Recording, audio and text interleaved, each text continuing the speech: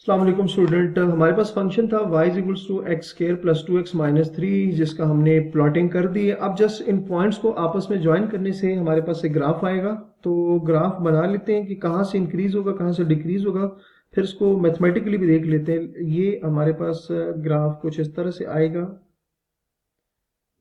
सारे पॉइंट में से पास करना है आपने और ये वापस जो है इस तरह से अपवर्ड हो जाएगा। ठीक है, तो यहाँ से आपको ये समझ आ रही होगी कि हमारा जो ग्राफ है वो बिल्कुल कंप्लीट फॉर्म में आ चुका है। ठीक हो गया। अच्छा स्टूडेंट, अब अगर इसको देखें ना तो आपको क्लियर कट नजर आ रहा है कि कहाँ से ग्राफ डिक्रीज हो रहे हैं। तो अगर आप देखें ना तो यहाँ से ग्राफ जो है डिक्रीज हो रहा है, डिक्रीज हो रहा है, डिक्रीज। कहाँ से एक्स वाई की कौन सी वैल्यू, इन्फिनिटी है ना। तो ये डिक्रीज होता हुआ होता हुआ होता हुआ यहाँ पर आ रहा है। ये आपको एक ऐसा पॉइंट मिल गया यहाँ पर कि ना तो वो यहाँ इंक्रीज हो रहा है ना डिक्रीज हो रहा है। यहाँ से फिर ग्राफ क्या होता है, इंक्रीज कर रहा है। तो यहाँ से सिंपल सी बात है कि ग्राफ जो है -1 पे जाके अपनी जो फॉर्म है वो चेंज कर रहा है। ठीक है, -1 ये जो पॉइंट है ना, अगर आप इसको देखें ये कौन सा पॉइंट बनता है, -1 और ये क्या है -4। तो ये जो पॉइंट है इस पर जो ग्राफ है वो ना तो इंक्रीज कर रहा है ना डिक्रीज कर रहा है। अच्छा, अब इसको न्यूमेरिकली देखेंगे। न्यूमेरिकली फंक्शन हमारे पास गिवन है f of x is equals to जो है वो है x square plus 2x x square plus 2x minus 3 है। इसको डिफ्रेंशिएट करेंगे, differentiate with respect to x।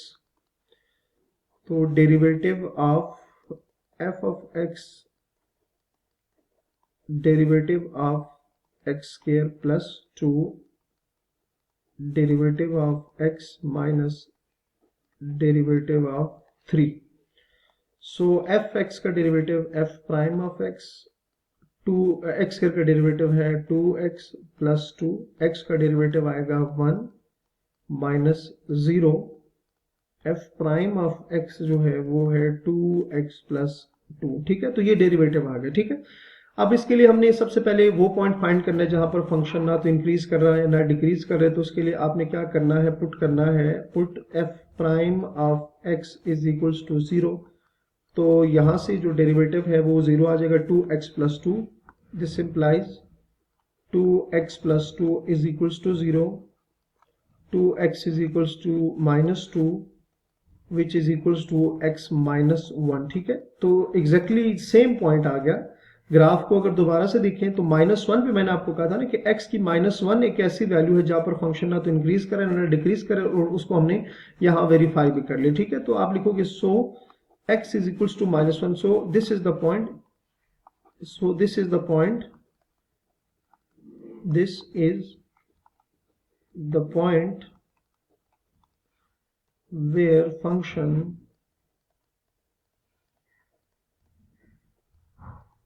is neither increasing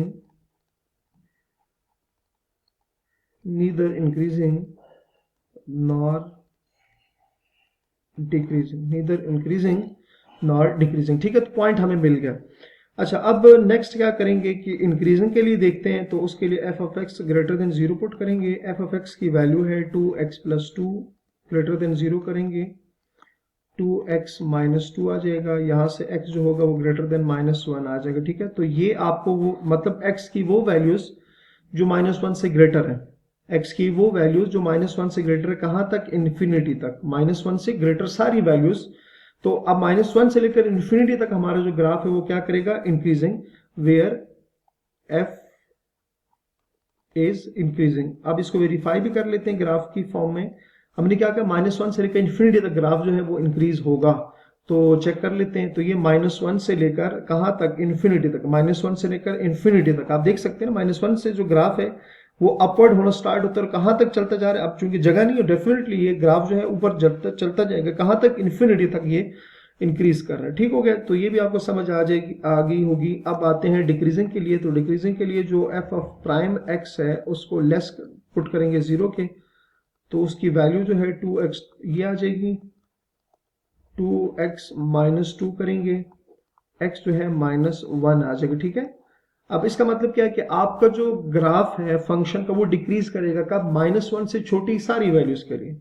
तो -1 से छोटी सारी वैल्यू का मतलब क्या है, -इन्फिनिटी और -1 तक, ठीक है।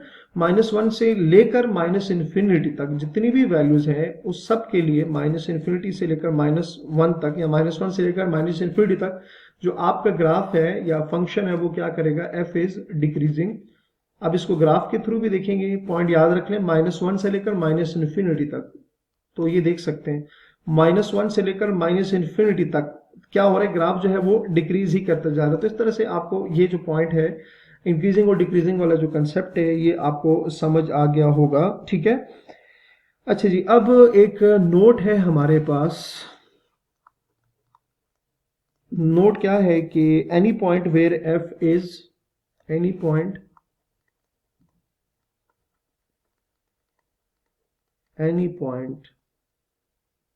where f is neither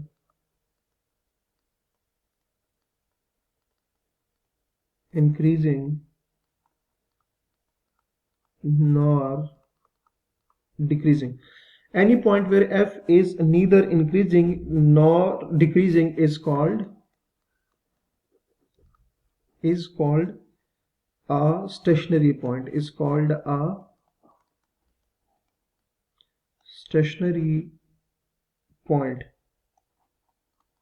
ठीक है। हमने क्या कहा कि ऐसा पॉइंट कि जहां पर फंक्शन ना तो इंक्रीज करे ना डिक्रीज करे, उसको हम क्या कहेंगे, स्टेशनरी पॉइंट कहेंगे। तो इसका मतलब ये हुआ कि हमारा जो x-1 है ये क्या है, ये स्टेशनरी पॉइंट होगा, क्योंकि हमने इसी पे कहा था ना कि या तो ना तो इंक्रीज कर रहा है और ना वो डिक्रीज कर रहा है। तो ये -1 जो होगा ये हमारा क्या हो गया, स्टेशनरी पॉइंट हो गया, provided that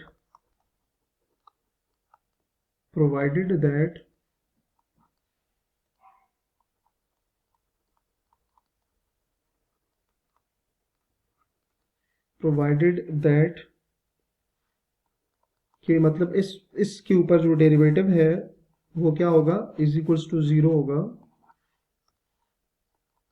is equals to 0 at that point, ठीक है। अच्छा, तो ये पॉइंट बेसिकली आपको वही बता रहे हैं जो हम बार बार कर रहे हैं कि पहले हम क्या कर रहे थे, जस्ट हमने कहा कि ये ऐसा एक पॉइंट है कि जिस पर ना तो इंक्रीज करेगा ना डिक्रीज करेगा। तो अब उसको हमने स्पेसिफिकली एक नाम दे दिया। नाम क्या दे दिया कि वो वाला पॉइंट जहां पर फंक्शन ना इंक्रीज करेगा ना डिक्रीज करेगा उसको क्या कहते हैं, स्टेशनरी पॉइंट कहते हैं, ठीक है। ये फिजिक्स से रिलेटेड एक टर्म है, तो आपको इसको समझ आ रही होगी कि स्टेशनरी का मतलब क्या होगा कि फंक्शन ना तो इंक्रीज करेगा ना डिक्रीज करेगा। और साथ कंडीशन क्या दी गई है, प्रोवाइडेड दैट का मतलब क्या है कि इस पॉइंट को फाइंड करने के लिए ये वो पॉइंट होगा जहां पर आपका जो फंक्शन का डेरिवेटिव है वो 0 के इक्वल आएगा। तो उम्मीद है यहाँ तक आपको समझ आ गई होगी। अपना बहुत सारा ख्याल रखिएगा। अल्लाह हाफिज।